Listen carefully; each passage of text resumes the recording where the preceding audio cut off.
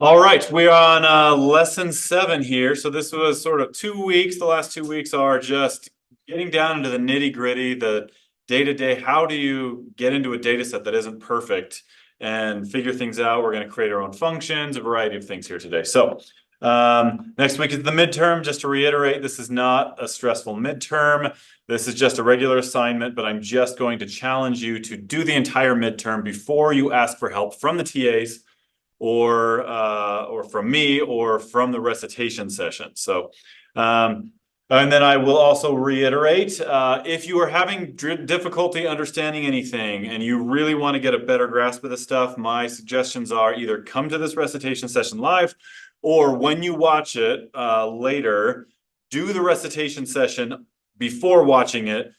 Do the whole recitation session, then come back, watch this, see what you did wrong, then go on to the assignment. That'll give you additional practice. So, all right. So today, to start, I've given you a chunk of code. So we have several if statements, an else if, and else, and then we have an if in there, and then an else, and then we have a for loop. So we have a bunch of stuff happening here. So what I want you to do is execute it and see, like, I think it starts with a 4 for you guys. Execute it, and what comes out, can you figure out what this is doing? So if you plug in a 4, it spits out a 2. If I plug in a 9, it spits out a 3. If I plug in a 57, it spits out a 19. If I plug in, I don't know, 100. So you can just plug in numbers and see what's you kind of, okay, usually it's a number that's, half or less than the number I plugged in. So that's one way to try to figure out what's going on here. By the way, the reason I'm doing this exercise as a key skill is to be able to take somebody's code and figure out what's going on, right? So if num, so this is the num, the input number. So if num is less than or equal to 0, we want an error. Okay, so we don't want any negative numbers. And then it has this, if num percent 1 not equal to 0, that's also an error. So we want num percent 1 to be equal to 0. But what does num percent 1 do? And actually, that was something that I took out from a previous week. But what that does is actually, it spits out a remainder of a division problem. So if you take 100, so num right now is 100. So if you go 100 divided by 1, is 100 with a remainder of 0, so it spits out a 0, right? So basically what this is doing, I'll just tell you, is making sure it's an integer, right? We're plugging in a positive integer or a whole number here. Otherwise, it's going to give an error. Okay, so if you do have a positive whole number, it's going to say if num equals 1, print 1. Otherwise, we do this thing. It says, okay, assign track high gets 0, and then you go to for I in 1 to round num divided by 2. So num divided by 2, right now it's 100, so that's going to be half of that. So you're going to go from 1 to 50, right? Oops, let's see. I just wanted to show you this. Oh, never mind. Let's just do this. So if we go 1 colon round, so that's just counting from 1 to 50. So when I is, you're going to say I, you're going to take num, which is 100, divided by I, so divided, and then if it's equal to 0, then we say track high gets I. Then I takes a value of 2, you're going to take 100 divided by 2, the remainder is 0, so then we're going to say track high equals 2. Then we say num divided, let's say when I equals 3, 100 divided by 3 is going to be 33 with a remainder of 1. This is going to be evaluated as false, which means we're going to skip. Track high is going to stay at 2. Then we're going to say I is 4. So 100 divided by 4 is a remainder of 0, which means track high is then going to be a 4. And then it keeps going. So eventually we get up to 50. We say 100 divided by 50 is 2 with a remainder of 0. So track high is 50. So it keeps increasing track high until you get to the highest possible number where a division by that number equals 0, which is half of it, right? You can't divide 100 divided by 50 gives you a remainder of 0. 100 divided by 51, anything between 51 and 100 is going to give you a positive remainder because you can't have a factor less than 2. So looking at all that, what is this code doing? Basically, you take a number, let's do 1,451. And then, oh my goodness. Okay, spits out a 1. What does that mean? It means that when we said, when we counted from 1 to 725, and you took 1,451 divided by 1, divided by 2, divided by 3, divided by 4, divided by 5, divided by 6, all those things, none of those were divisible evenly into 1,451. So the highest number was 1, which means the only factors of 1,451 are 1 and itself, which means 1,451 is prime. I didn't actually plan that out. I didn't know 1,451 is the prime number. Okay, so what does this code do? Basically, it spits out the highest multiple, or what is it called? The factor, the highest factor of that number. What does the for loop starting on line 29 do? So notice here, it's counting from 1 up to half of the number. It divides by it, sees if it divides cleanly into that number without any remainder, and then it keeps increasing track high. So it's looking for the highest common factor of that number. Okay, so your code in your assignment is similar to this. It's not doing exactly the same thing. So you'll have to look through that and figure out what's going on. So what I'd suggest is if you're having trouble understanding what's happening, you can just say, okay, I equals 1, right? If I equals 1, what happens here? Then we say if I num, right? Okay, that's true. And in which case we say track high is going to be 1, right? And then you can say I equals 2. And then when we do that, then you say num divided by, or divided by I with the remainder. Okay, that's false, which means track high is not going to become 2. Okay, then you say I equals 3. And you see, okay, it's 1,451 divided by 3. Give you a 0 remainder? No, it doesn't. So track high is going to stay at 1. So what I'd suggest basically is if you're having trouble just reading code and understanding what is going on, break it down a little bit. So whenever you get to a for loop, don't execute the for loop, jump inside the for loop, and then you make the values of I, whatever you want it to be, and do this one at a time and see what's going on. So you'll have to do that on the assignment, take a look at the code, figure out what's happening there. And when it asks you what the for loop is doing, make sure you really understand what's going on. It's doing kind of multiple steps and trying to get at some value. So, okay, so that's what you're going to do on the assignment. Okay. One of the things you learned this week is how to create your own new function. And so we're going to create a function called highDiv, which is, I think, highDivisor, right? So this function, instead of printing a value to the screen, it returns a value. So we want to take this code and make it a function.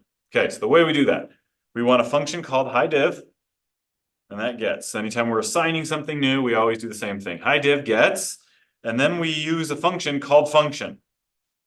Okay, and the function, kind of like a for loop, kind of like an if statement, we have the function if or the function for, then we have parentheses followed by curly brackets.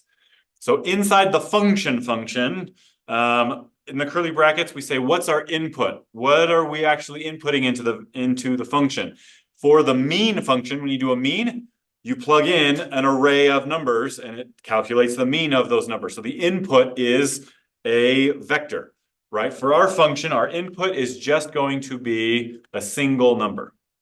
Okay, and then after that, we have our curly brackets, and everything we want our function to do is going to go inside these curly brackets.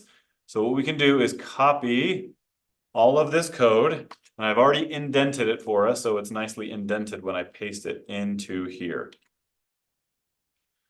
Okay, so what we're going to do is this function is going to take a number, and I put num is my input number so that it would align with this num that we're doing inside the function. If num is less than or equal to 0, so if we put in a negative number, I want it to print error.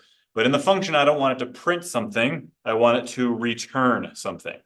So the idea of a function, when you do a mean, it calculates the mean. It doesn't print the mean. It returns it. So if you assign it into a variable, it will put that mean value into the variable.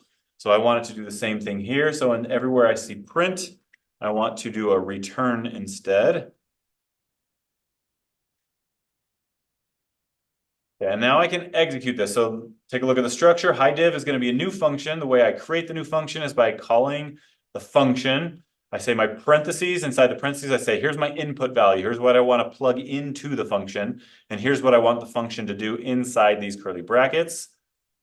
Now when I execute that, I have a function here in my environment called highdiv for high divisor, and that's a function with the input of this num. Okay, so now let's test it. So it seemed to read in the function, but we don't know if it works yet because we haven't actually executed it yet. So highdiv, and I'll just plug in a -2. What's supposed to happen here? Well, we're plugging in num, and so 2, if -2 is less than or equal to 0, which it is, it should return an error. So when I do this, we get error. Okay, great, that's working. Highdiv 4 should output the highest divisor of 4, which is a 2. If I go highdiv of 79, I'm not sure if that's a prime number or not. It is a prime number, which means it returns a 1. Then highdiv of 1508, which is an even number, which means at least 2, but or whatever divided by 2 will be 754 probably. Yeah, 754. Okay, so it seems to be working just like we want. I can also test one more thing. If I go, I'll just test it down here in the console window. Highdiv of 1.5. That gives us an error because that's not an integer, and that is what this does here. 1.5 divided by 1 gives you 1 with a remainder of 0.5, and so that's going to return an error. Okay, so now we've created a function that allows us to do some more interesting things. Instead of executing it and getting one at a time, we can plug things into this function. And what I'm going to do is I'm going to create a vector of length 100. So it's going to count from 1 to 100, 1, 2, 3, 4, 5, all the way up to 100. And in every location, what I actually want to do is apply, let's see, the highest divisor of that number. So the highest divisor of 1 should be 1. Highest divisor of 2 is also 1. Highest divisor of 3 is 1. Highest divisor of 4 is 2. So it should be 1, 1, 1, 2. Highest divisor of 5 is 1. Highest divisor of 6 is 3.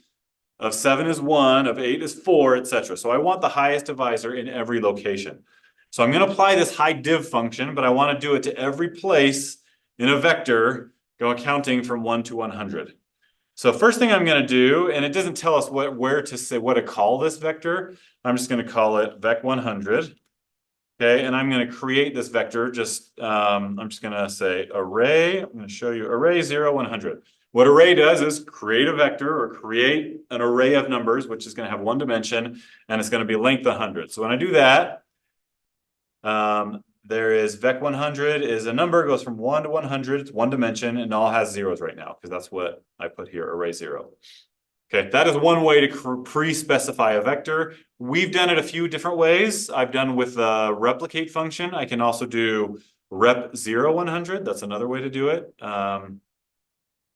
But I'm just showing you some versatility here. All right.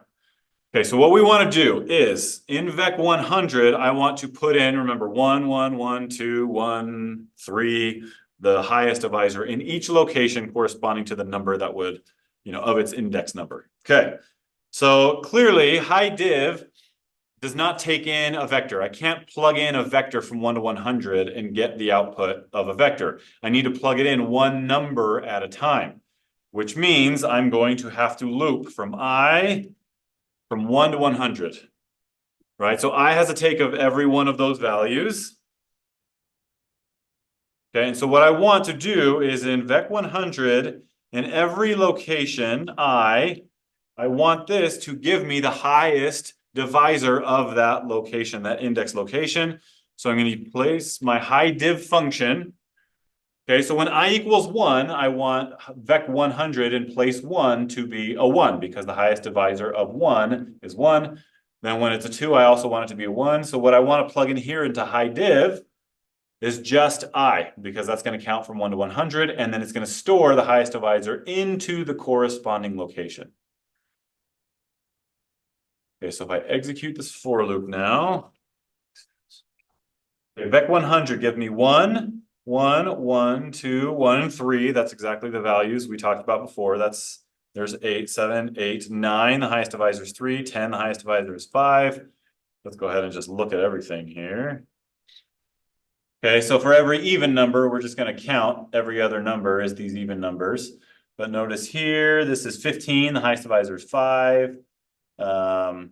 17 is prime. 19 is prime. 20, and then we have 14, wait, 20, there's 21, the highest divisor is 7. So you can see that pattern here.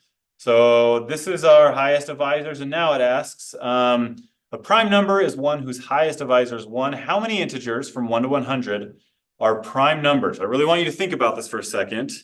How do we do that? So one way we can do it is just look manually and count. 1, 2, 3, 4, 5, 6. But the whole point of a computer program is to make those manual tasks much easier. How do we, I want to count up the number of ones. How do we let R do that counting for us? We've done this before, and that is we're going to use the properties of true false values, right? If we convert all of these to trues and falses, let's do that first. Let's convert vec 100 to trues and falses, true being if it equals 1, false if it doesn't. So if we say vec 100 equals 1, right, this is going to give us 100 trues and falses.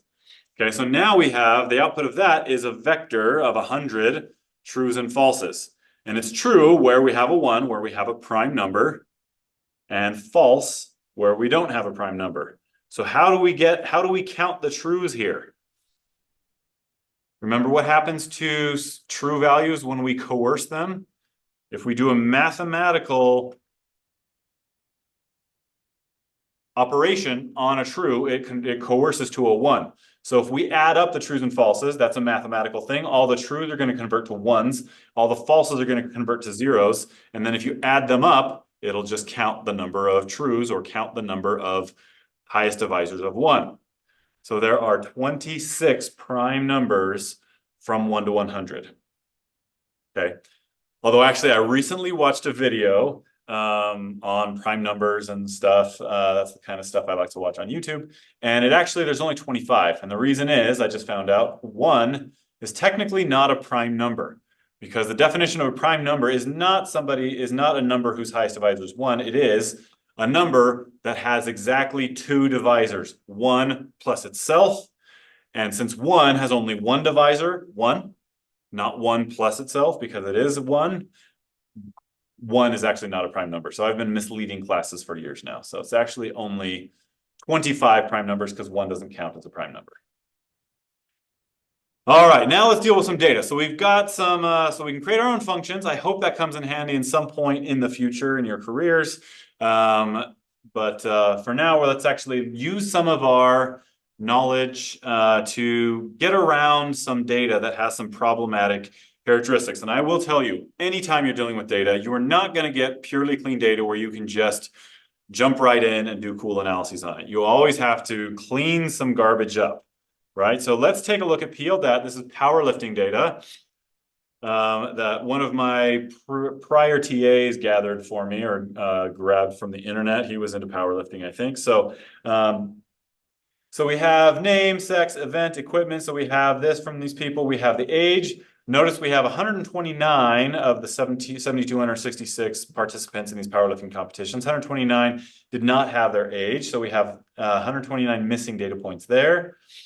23 of them are missing their body weight. So for whatever reason, they didn't actually record how much they weighed. Here's where we get to the problematic missing values. So our squat, basically in a powerlifting competition, you have 3 attempts to lift as much weight as you can. There are 3 different lifts in powerlifting: squat, bench, and deadlift. You have 3 attempts. So we have the first attempt recorded here, second attempt recorded here, third attempt recorded here. And then we have, notice in squat 4 kg, very few competitions, only 40 to 59 observations actually even recorded a 4th squat value. So most of them don't have 4 squats. And then we have this best 3 squat. So we have the best result of all of the squats you have done, right? So of the 3, what was the highest lift you got? Notice these values go up. So if you clear your first lift, then you're going to go up and attempt a higher weight next, and then attempt a higher weight. If you fail the lift, it's recorded as a negative number. So if you went to squat it and then either you dropped the bar, or you didn't get low enough, whatever your bad form, that gets recorded as a negative number. We might mention that later. But there's lots of missing values because not every powerlifting event does all 3 lifts. We have the fewest missing values in bench press. So I think there's a lot of powerlifting that are just bench press meets. No, that's squat, sorry, bench. Bench has fewer, let's see, best 3 bench. bench has the fewest number of missing values, which tells me there are a lot of bench-only powerlifting events. Okay, so we're going to have to deal with a lot of missing values here if we want to do any calculations, because if we do a mean calculation with missing values, it just returns missing, right? Okay, so we're going to simplify this data a little bit. We're going to create the deadlift results. So we're going to create a data set called deadlifts from PLDAT. So we're going to clean this up a little bit. So we're going to create deadlifts, and that is going to start with PLDAT. Okay, and we want to just take a few of the variables so we don't have to deal with all these excess variables, and we're going to get rid of missing values. Okay, so we have first, so what are the two verbs we're going to use? First of all, we're going to get rid of some of the variables, and we're getting rid of some of the observations. So those are both of our sort of cleaning verbs in dplyr. What are those? Filter. Right? Filter. Okay, let's start with that. So filter, we want to get rid of any observations that are missing values on any of the deadlift variables. So we're going to create deadlift 1 kg, deadlift 2 kg, deadlift 3 kg, and the best 3 deadlift kg. So if they're missing any, we want those gone. So what seems like we want, I wish we could do this, honestly. Deadlift kg not equal to NA, right? So I want to keep the variables if they're not equal to NA, right? The problem is we cannot use not equal or double equal or any kind of evaluative statement on missing values because there's no value to evaluate, right? So if you say it's not equal to NA, well, the value itself is missing, so there's no value to evaluate. I can't say it's equal. Nothing can be equal to missing because it's missing, right? And so that's the way R works. So we cannot use that. Instead, we have to use this is.NA deadlift, and that is going to check, okay, is deadlift 1 kg missing? So is.NA, is it missing? And then it can say, okay, it can detect whether it's missing. This will report true or false. If it is missing, this will report true. Okay, so if it's missing, this will say true. The problem is, how does the filter statement work? If it sees a true, does it keep it or does it get rid of it? If it sees a true, filter keeps it. So all this is going to do is keep only the missing values and not the actual values we want. So we need to reverse that by saying not is.NA. So it's not missing. Okay. Alternatively, we could say is.NA equals, double equals false. So that's one way to do it. It's a little bit longer, or you can just reverse it with the not is.NA. Okay, and then I have to do that for the other three variables. So this is not is.NA deadlift 2 kg, not is.NA deadlift 3 kg, and then is not missing best 3 deadlift kg. And then, okay, I'm gonna get rid of those. All right. So that should do with the filter portion. Next, we want to only keep these 1, 2, 3, 4, 5, 6, 7, 8 variables. So how do we get a subset of variables? What's the verb? Is it select? Select, correct. Yep. We want to select a certain number of variables, and I'm just going to copy this list of variables and plug it right in. But I need to remove that and. We can't have an and statement or an and in there. Okay, so now when we do that, now we start with 7,266. There are 3,021 observations where they did not have any missing data, which meant they did a lift, they did a meet, everybody did all 3 squat deadlifts, and then had recorded the best of the deadlift attempts. Okay, all right. Now we're going to create a data set called deadlifts 2, and it's going to be the same thing as deadlifts. Okay, but we're going to create it without dplyr. Okay, just getting a little more practice on getting around data, and you can choose whichever method you prefer. Excuse me. So we're going to create deadlifts 2. Okay, and that's going to start again with PL dat. There we go. Okay, PL dat. Without dplyr, we're not using any of our piping here. We're just going to use our square brackets. And we're going to, in one step, select the rows we want and to select the columns we want. So our rows go first, columns go second. So the rows we want are same thing, not missing deadlift 1 kg. Okay, we also want not missing deadlift 2 kg. Make sure I type that correctly. We also want not missing deadlift 3 kg and not missing best 3 deadlift kg. Okay, there are two huge problems here. First of all, we can't have multiple of these statements unjoined, just like all after one another. It's going to get to the end of this one, and then you see a space and then another command. That doesn't work. We have to join these together. We're going to say, are we checking all of these, or are we, so we have to join these either with an and or with an or. Okay, do we want to keep them, if one of those is not missing, or do we want to keep them only if all of them are not missing? Can you repeat that? Yeah, so it is either, so we can join these with an and or an or. An or statement is, okay, we're going to keep it if it's not missing this one, or if it's not missing this one, or if it's not missing this one, or if it's not missing this one. Or we can keep it if it's not missing this, and not missing this, and not missing this, and not missing this. Probably and. Yeah, we want to and, right? Because we said, it said, what did it say? Remove any rows that are missing on any of the deadlift values. So we want it to be not missing everywhere, right? On all of these. So we want to join these with an ampersand, which is how we do our and statement. So we want all of those to be true, where that's not missing anywhere. Okay, then we want to select, oh, there's still a problem here.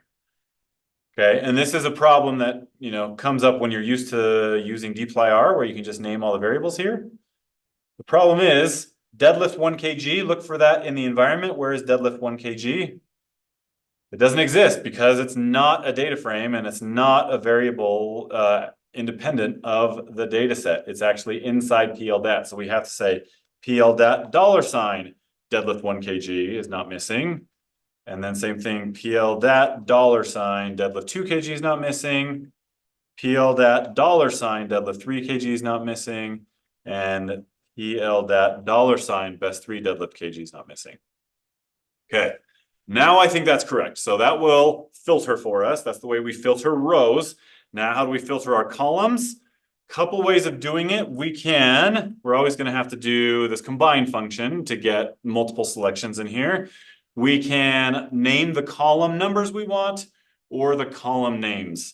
With this many variables, it's going to be trickier, I think, to actually count the variable positions, like the column numbers. So I'm just going to type these in.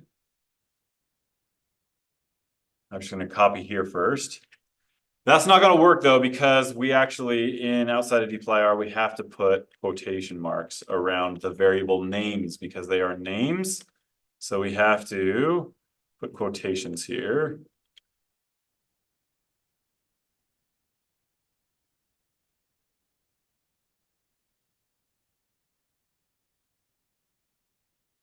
Okay, so now we've quoted every variable name. Notice we do not have to say PLDAT $ name, because that's not actually the name of the column. We're subsetting columns, and the column names are actually right there. So let's see, do I have everything? I guess let's find out. Okay, deadlifts 2 should be exactly the same. 8 observations, 3,021 observations of 8 variables. So deadlifts and deadlifts 2 match. This code and this code produces the exact same thing. dplyr uses 2 steps. The base R only uses 1 step. And you have to figure out how to do this joining, and you have to use the PLDAT $. So trade-offs, depending on what you prefer. All right. So hopefully that was some good practice, reiteration of how you subset stuff. All right, question 11. We're gonna use dplyr here. We want to find the man and the woman from each meat country. Notice these meats happen in different countries, and so we've got meat country as one of the variables. And we want to record from each meat country the heaviest successful deadlift. So that's the best 3 deadlift kg variable. We want to then, so we're going to find the heaviest successful deadlift from every country, from every meat country for both men and women. And then in the end, we just want to output the top 5. And we're going to sort that by gender and weight. Okay. So again, anytime I ask you to do a report, it's kind of tricky to figure out what exactly are you asking for. So this is what it's going to look like. So we have Collar Woolam is in here twice, both of in Russia, and that's because he tied in 2 different meets. He was able to deadlift 430 kilograms, which is like 946 pounds. It's kind of a lot of money, kind of a lot of weight. And then we have this weird, like Swedish dude in Sweden, did 405. So we got the men there, then we got the women, and we've got the highest values sorted there. Okay. So first of all, let's start with what we know. Okay, we want the man and the woman from each meat country with the heaviest successful deadlift. Okay, so to extract the heaviest successful deadlift, we're going to use what command? Slice max. Yeah, we'll use slice max. Excellent. So deadlift, we're going to use our deadlifts data frame. From there, we're going to use slice max, and we want the highest best 3 deadlift kg value, and we just want the highest man and the highest woman from each meat country. So if I just do a slice max with n equals 1, it gives me the highest value period, which should be probably this Collar Woolam guy. Yep, we got this, or Kaler, whatever his name is. Kaler Woolam. We've just got, and because slice max, when you see the tie here, it just outputs both. It doesn't break the tie. So we've got 2 observations there. We want the highest from each country and the highest male and the highest female. So clearly we're going to do a group by to start. We're going to group by what? Gender and weight. Yes. So gender is named sex, the sex variable, and not by weight. We want the highest. Deadlift. Yeah, we want the highest deadlift. That's already taken care of in our slice max. Okay, we want to group by what? We want the highest man and the woman from each meat country. So we also want to group by meat country. Okay, and then we'll pipe that in. So that's going to give us the highest female in Russia, the highest male in Russia, the highest female in Sweden, the highest male in Sweden. So that's going to give us 25 rows. Okay, that's not what it asked for. It asked for the highest 5 weights of men, highest 5 weights of women, sorted by gender and weight. We've got 25, right? We got all the females here, followed by all of the highest male weights, and they're not sorted. Okay, so I want to get down to just the highest 5 females and the highest 5 males.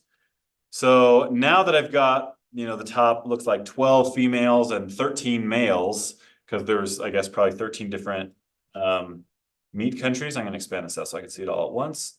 So USA, Ukraine, Canada, Czechia, England, that's a tie there, I think. Mongolia, Poland, Russia. Okay, so we've got like 12 different countries or 13. So now I just want the highest 5 from each country. Highest 5 males, not from each country, sorry. Highest 5 males overall and the highest 5 females overall. And then I'm going to arrange it and put it in the right order. So if I want to just extract the highest 5, I'm going to do a slice max, right? I'm still going to do best 3 deadlift. I just want the highest deadlift values. But now I'm just going to say n equals 5, right? And so that way that'll pull out the highest 5. Okay, the problem is, right now, this output that I'm piping into this slice max statement is already grouped by both sex and meat country. So it's going to find the highest 5 females from USA meat, the highest 5 females from a Ukraine meat. We already have the highest single one from each meat. So when I do this, it's just going to output the same 25 rows again. I want the highest 5 of each gender. Okay, which means I only want, so let's try ungroup. So if I ungroup this, get rid of the groupings, now it should output the highest 5. Problem is, it just outputs the highest 5, period, which all 5 of those top happen to be males here. I want the highest males and the highest 5 females, which means I need to group by sex here and then pipe that in. And now when I do that, I've got 6 males because of this Kaler guy tied himself. And then I've got the 5 females. Okay, Nadia Otter was the record setter in both Poland and Slovakia meets, so not really that surprising that we have a repeat there. Okay, what else do we need to do? It says, let's see, sort by gender and weight. Okay, in the output that it showed you, so we're gonna arrange as our sort variable. So arrange, and we want it by males first, followed by females. So I want to sort by sex and by best 3 deadlift value. Problem is it goes in descending order of deadlift, which means I need to add DESC around that. And notice it's sorted by sex, goes males then females. Is that in descending order or ascending order? M comes after F in the alphabet, so it's actually in descending order of sex, according to that output that we just saw. And now this should match exactly what we have up there.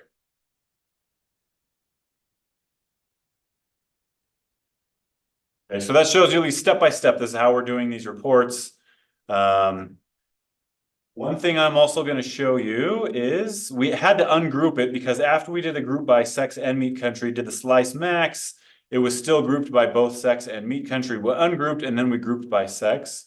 We can delete the ungroup because once you group by again, it will overwrite this group by and it will no longer be grouped by meat country. And let me just show you that briefly. If I do that up through the group by statement, it's only grouped by sex, not by both sex and meat country. So when I do that, we get the same output. If you're more comfortable ungrouping first, great. That's no problem. It doesn't mess anything up. Okay.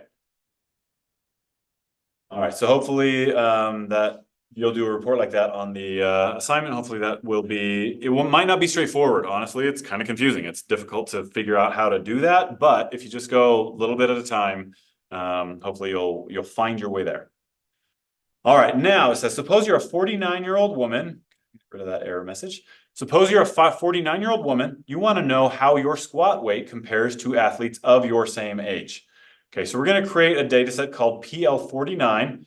We want to include all female athletes from a division in that age range. So there's a bunch of different divisions for different age ranges. So we want somebody in the correct age range, around a 49-year-old age range. We want to make sure they have a non-missing best 3 squat kg entry, and includes name, sex, event, age, division, best 3 squat, and date. So those are the variables we're going to include. Okay. So we want to find, first of all, we're going to need to find the athletes from the same division. Okay. So the way I like to do this is I like to use the unique function. So if you look at $, division, and we use the unique function, that shows us all of the different divisions in that variable, which there's a bunch of them. Okay, 50 to 59, not the right age group. 40 to 49, this is the right age group. So we got at least one, amateur masters 40 to 49. Are there others? Yes, there are. We have pro masters 40 to 49. We have, where else? Keep looking. 45 to 49 here, LM 45 to 49. We have M 45 to 49. We have Masters 40 to 49. We have 45 to 49 there. So we have a bunch of different names for these different divisions that go from either 40 to 49 or 45 to 49. Okay, we want to output them all. So how do we get the division? One way to do that would say, all right, filter, and then we say division equals amateur masters 4049, pro masters 4049, or pro masters 4049, or division equals masters 40 to 49, or division equals, that's just going to be a ton. What is the command we learned this week that is going to let us do that much more easily? Where we're going to look for a particular character string. First of all, what do all of these divisions that have the right age category, what do they all have in common? What characters are common to all of these? Not amateur, not master. Some are called masters, some are not. Some have just the numbers. 49. Yeah, it's not just 49, it's dash 49, right? So if we have dash 49, I think 49 might work unless we have a 49 to something, which would be kind of weird. I don't think so. But dash 49, they all end in 49.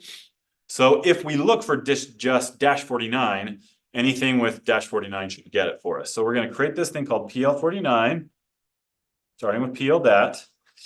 Okay, and we're filtering, right? We're getting rid of rows. We only want the rows where the division matches up. And we're filtering on, don't forget about sex equals female. Okay, so that's first. We're doing the female athletes. That's the easy part, but easiest part to forget as well. Okay, if we want any division where we see a dash 49, how do we look for a particular character string? grepl. So grep logical is returns a true or false.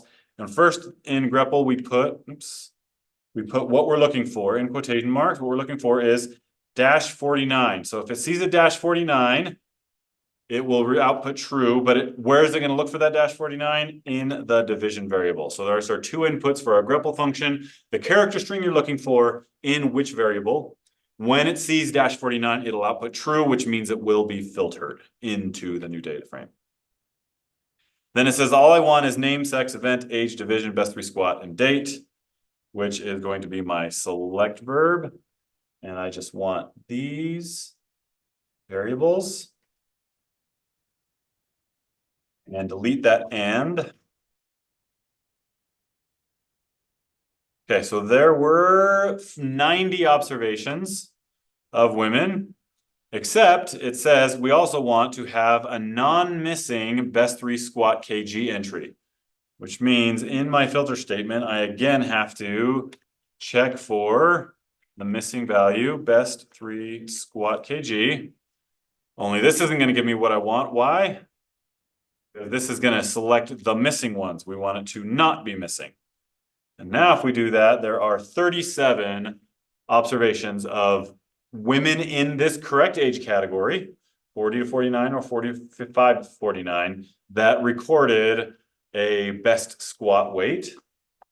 Okay, and we're going to say, okay, you're a 49-year-old woman, you can squat 130 kilograms, okay, which is like 289 pounds. Are you an above average squatter for your age? Okay, so first of all, let's just find out what is the average here. The average is mean of PL 49 $ best three squat kg, right? So the average is 103. This woman, this 49-year-old woman, can squat 130 kilograms. Is she above average? Yes, she's above average. So we want to print true. So how do we do that? We just say, is the mean less than my value? True. So on the assignment, it's actually going to ask you to create a variable that records true or false. So all I have to do is, let's say it's above average is the variable, then I would just save it into there, and that is going to be the true value gets saved into there. So that's how we're going to do that on the assignment. Okay, let's practice that one more time. Now let's pretend you're an 18-year-old male lifter. You want to determine which of your lifts is best relative to the competition. So you want to basically get the average lift for men in my same age category in best three deadlift, best three squat, best three bench. Okay, and we're leaving out any missing values, right? So, or that are missed, by the way, missing any data from any of the three lifts. So we just want one row, three columns, just those three mean values reported. Again, here are the age categories. So 17 and 19 is my age category. We have, let's see, we need to really look at this, 16 to 17. So we have 18 to 19, we have 17 to 19, we have 18 to 17 to 19 there. We also have 18 to 19. We need to make sure there's not a category that's like 16 to 20 or something. So 17 to 19. 2024 is not us. So we need to make sure there's no categories that like end at 20. 18 to 19. 20 to 23 doesn't include us. So it looks like we are safe if we do all the categories that end in -19. Unless there's an 18 to 20 or something in here. So if we had more time, we'd look more carefully, but it looks like that should be good for us. So if we start, start with peel dat. Okay, we're gonna filter. First of all, sex with a capital S must equal male. Then we want grepl. This is, and we're looking for a -19 in our division variable. And then we don't want any missing best 3 bench. We don't want any missing best 3 deadlift. Oops. And we don't want any missing best 3 squat.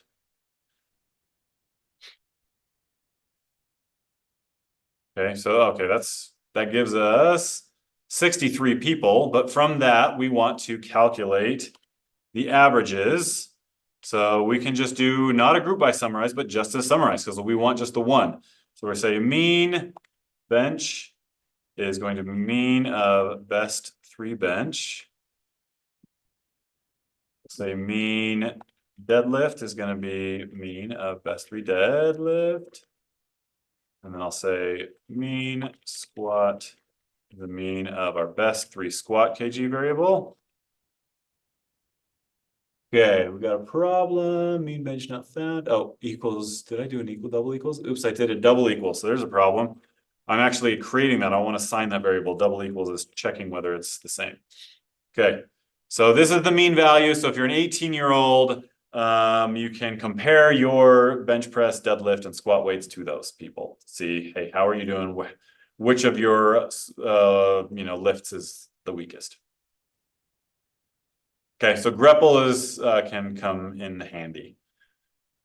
All right, we're just going to do the same thing we did last week. So last week, remember, I showed you this hotel data that I had half the people evaluate 10 different brands of hotel on their overall quality perception. The other half evaluate the hotels on their overall price perception. Okay, last week I cheated a little bit because I showed you the output from the Qualtrics survey, but it was actually, it was coded up as 1 and 0 in the qual variable. In reality, in Qualtrics, it does not give you 1s and 0s for if it's in that condition or not. It actually just has missing data. So I want to create the Marriott variable, which is going to have either the price perception or the quality perception, depending on which data set they were in. This is the hot ev. I'm just going to execute this real fast so you can see it. So here's all the prior data, like the pre-data, that metadata, I guess you can call it, is that Qualtrics gives you. Then we have qual is a 1 for were they in this condition.